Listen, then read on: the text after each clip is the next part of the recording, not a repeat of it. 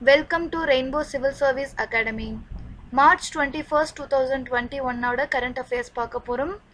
இந்த current affairs TNPSC, Bank, SSC, RRB and Police examக்கு ரொம்பவே ஹெல்ப்ஃபுல்லா இருக்கும். Rainbow Civil Service Academy YouTube சேனலை சப்ஸ்கிரைப் பண்ணாதவங்க சப்ஸ்கிரைப் பண்ணிடுங்க. மேலும் அருகில் உள்ள பெல் ஐக்கானை கிளிக் பண்ணிடுங்க. So India participates in SCO's Nowruz celebrations. So the Indian embassy in Beijing participated in the Nowruz, which was held at the Secretariat of Shanghai Cooperation Organization in Beijing, China on March 20, 2021. Nowruz. It is the Iranian New Year, which is also known as Persian New Year. The New Year starts on the spring equinox or the March equinox, which is marked as the first day of Farvardin. Farvardin is the first month of Iranian solar calendar. Shanghai cooperation organisation வந்துட்டு அதோட தலைநகரம் எங்கே இருக்குது அப்படின்னு பார்த்தீங்கன்னா பெய்ஜிங்கில் தான் இருக்குது. So Beijing in China. அதோட ஹெட் குவார்ட்டர்ஸ் அங்கே தான் இருக்குது.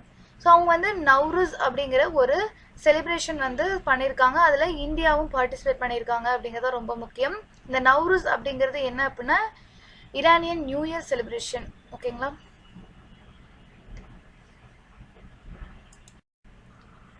NDHM Sandbox Environment. The National Digital Health Mission was launched by the Prime Minister of India Narendra Modi on August 15, 2020. Following this, the mission was launched in the Union Territories of Chandigarh, Daman Diu, Ladakh, Dadra and Nagar Haveli, Andaman and Nicobar Islands, Puducherry and Lakshadweep. National digital health mission அப்படிங்கிறத நரேந்திர மோடி அவர்கள் August 15, 2020 அப்போ வந்து launch பண்ணுறாங்க. அதை வந்து union டெரிட்டரிஸ்லாம் ஃபுல்லும் launch பண்ணுறாங்க. And NDHM sandbox environment அப்படின்னா என்ன அப்படிங்கிறத பார்க்க போகிறோம். The government has also developed the NDHM sandbox environment in order to promote innovation, participation and build trust. The sandbox environment has been developed as the closed ecosystem. The system allows the testing of the technologies or products in the contained environment in accordance with the NDHM standards. So இந்த sandbox environment அப்படிங்கிறது வந்து ஒரு controlled environment. So அங்கே வந்துட்டு என்ன பண்ணுவாங்க அப்படின்னு பார்த்தீங்கன்னா இந்த ஹெல்த் ரிலேட்டடான டெக்னாலஜி டெவலப்மெண்ட் பண்ணுவாங்க இல்லைங்களா, அதெல்லாம் வந்து டெஸ்டிங் பண்ணுறதுக்கான ஒரு இடமாக இருக்குது. இது வந்து NDHM ஸ்டாண்டர்ட்ஸ் படி தான் வந்து ஒர்க் ஆகும் அப்படிங்கிறது ரொம்ப முக்கியமானது. India and Japan agree for cooperation in patent verification. India and Japan have agreed to recognize the offices of each other in order to act in collaboration as competent international searching and international preliminary examining authority for the international patent application which are filled with them. So India and Japan ரெண்டோடைய offices இருக்கு இல்லைங்களா, patent office, அவங்க வந்துட்டு ரெண்டு பேரும் கொலாபரேஷனில் இப்போ international patent வெரிஃபிகேஷனுக்கு collaborate பண்ணியிருக்காங்க அப்படிங்கிறது ரொம்பவே முக்கியமான விஷயம். India to conduct radar surveys of Himalayan glaciers. India has planned to conduct the airborne radar surveys in order to estimate the thickness of Himalayan glaciers. Under the plan, the pilot study will be conducted in the Lahaul Spiti Basin of the Himachal Pradesh. This proposal was initiated by the National Centre for Polar and Ocean Research under the Ministry of Earth Science. So, Indian government Himalayan glaciers பற்றி தெரிஞ்சுக்கிறதுக்காக radar services வந்து எடுக்க போகிறாங்க அப்படின்னு பார்க்கப்படுது. ஹிமாச்சல் பிரதேஷ் சைடில் இருக்கக்கூடிய Spiti basin சைடில். ஸோ இதை எடுக்க போகிற ஏஜென்சி பேர் பார்த்தீங்க அப்படின்னா national centre for polar and ocean research அப்படின்னு வந்து சொல்லக்கூடிய ஒரு அமைப்பு தான் வந்து எடுக்க போகிறாங்க. It comes under ministry of earth science. So national centre for polar and ocean research பற்றி தெரிஞ்சுக்கணும். It is formerly known as National Centre for Antarctic and Ocean Research. It is located in the Vasco da Gama in Goa. So கோவாவில் இருக்கக்கூடிய ஒன்று தான் வந்துட்டு இந்த NCPOR அப்படிங்கிறது. So first வந்து இதோட நேம் பார்த்தீங்கன்னா அண்டார்டிக் அண்ட் ஓஷன் ரிசர்ச் அப்படின்னு தான் வச்சுருந்துருக்காங்க. இப்போ நேம் சேஞ்ச் பண்ணிட்டாங்க. The center is an autonomous institution under the Department of Ocean Development of Ministry of Earth Science, Government of India. So ministry of earth சயின்ஸுக்கு கீழே department of ocean development அப்படின்னு ஒரு department இருக்கு. அதுக்கு கீழே இருக்கக்கூடிய ஒரு அட்டானமஸ் இன்ஸ்டிடியூஷன் தான் வந்து NCPOR. This center is responsible to administer the Indian Antarctic program. So Indian government வந்து Antarctic சைடில் வந்துட்டு நிறைய ரிசர்ச் பண்ணுறாங்க. அதுதான் இந்தியன் அண்டார்டிக் ப்ரோக்ராம் அப்படின்னு சொல்லுவாங்க. ஸோ அதை ஃபுல் அண்ட் ஃபுல் ரெஸ்பான்சிபிலிட்டியோட பண்ணக்கூடிய ஒரு அமைப்பு அப்படிங்கிறது NCPOR. And it maintains the Antarctic research stations namely the Bharati and Maitri of India. It was established on May 25, 1998. Dr. Premchand Pandey was the founding director of NCPOR. So இதில் என்னெல்லாம் தெரிஞ்சுக்கணும் அப்படின்னு பார்த்தீங்கன்னா NCPOR உடைய பழைய நேம் தெரிஞ்சுக்கணும், அதோட ஹெட் குவார்ட்டர்ஸ் எங்கே இருக்குது அப்படின்னு தெரிஞ்சுக்கணும். It's in Goa, Vasco da Gama. And இது எந்த மினிஸ்ட்ரி கீழே வருது அப்படின்னு பார்த்தீங்கன்னா மினிஸ்ட்ரி ஆஃப் எர்த் சயின்ஸ். யார் ஸ்டார்ட் பண்ணாங்க அப்படின்னு தெரிஞ்சுக்கணும், doctor Premchand Pandey.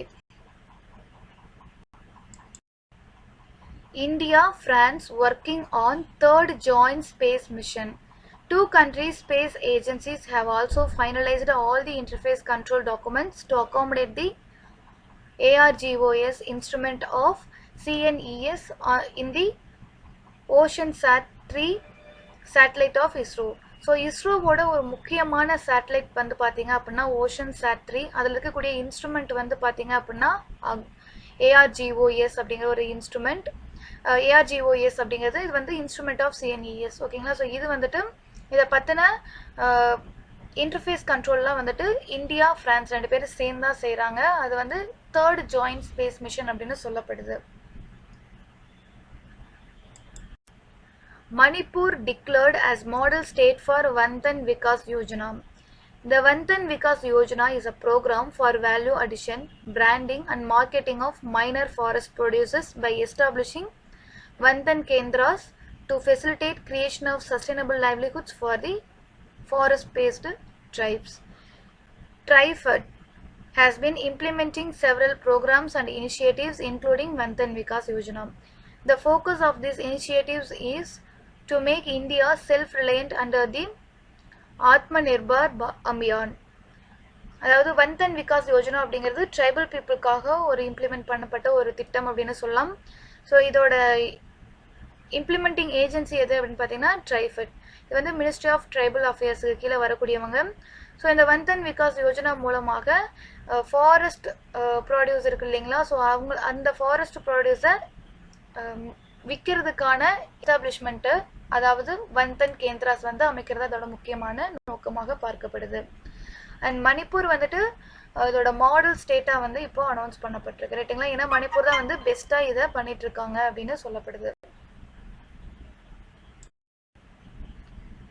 Chenab Bridge, world's highest rail bridge in Jammu and Kashmir. The world's highest bridge on the Chenab River in Jammu and Kashmir's Reasi district, which will provide direct connectivity to Kashmir Valley. So Chenab river மேலே ஒரு world's highest bridge வந்து construct பண்ணிட்டு இருக்காங்க, அதுவும் railway fridge. So இது வந்து ஜம்மு காஷ்மீரில் இருக்கக்கூடிய ஒரு பிரிட்ஜ். இதுதான் வந்து வேர்ல்ட்ஸ் ஹையஸ்ட் பிரிட்ஜாக வந்து பார்க்கப்படுது. The iconic bridge will soar 359 meters above the bed of the river and will be 30 meters higher than the iconic Eiffel Tower in Paris. So பாரிஸில் இருக்கக்கூடிய ஐஃபில் டவரை விட ஒரு 30 மீட்டர் ஹைட்டாக இருக்குது இந்த செனாப் ரிவர் பிரிட்ஜ். ஆக்சுவலி இது வந்து பார்த்தீங்க அப்படின்னா ரிவர் பெட்லேருந்து 359 மீட்டர் வந்து ஹைட்டாக இருக்குது அப்படின்னு வந்து சொல்லப்படுது. இது வந்து it's a part of Udhampur Srinagar Baramulla rail project and is highly essential to provide an alternative and reliable transportation system to Jammu and Kashmir and to join Kashmir Valley to the Indian Railways network. அதாவது இந்தியாவுடைய ஒரு மாநிலமாக இருக்கக்கூடிய, அதாவது union டெரிட்டரியாக இருக்கக்கூடிய ஜம்மு காஷ்மீரையும் மற்ற இந்தியாவுடைய மற்ற போர்ஷனையும் இணைக்கக்கூடியதாக பார்க்கப்பட போகிறது தான் இது இந்த Udhampur Srinagar Baramulla rail project. So அதோட ஒரு பார்ட்டாக தான் வந்து இந்த ஜெனாப் ரிவருக்கு மேலே ஒரு ஹையஸ்ட் ரயில் பிரிட்ஜ் வந்து கன்ஸ்ட்ரக்ட் பண்ணியிருக்காங்க. ஸோ இந்த உதம்பூர் ஸ்ரீநகர் பாராமுல்லா ரயில் ப்ராஜெக்ட் மூலமாக வந்து ஜம்மு காஷ்மீரை மற்ற ஏரியா ஃபுல்லுமே வந்து கனெக்ட் பண்ண முடியும் அப்படின்னு பார்க்கப்படுது. Important days March 20. So March 20 அன்னைக்கு என்னென்ன டேவாக செலிப்ரேட் பண்ணுறோம் அப்படின்னு பார்த்தீங்கன்னா World Sparrow Day, International Day of Happiness, World Oral Health Day, French Language Day. That's all about today's current affairs. So subscribe Rainbow Civil Service Academy for more current affairs. Thank you.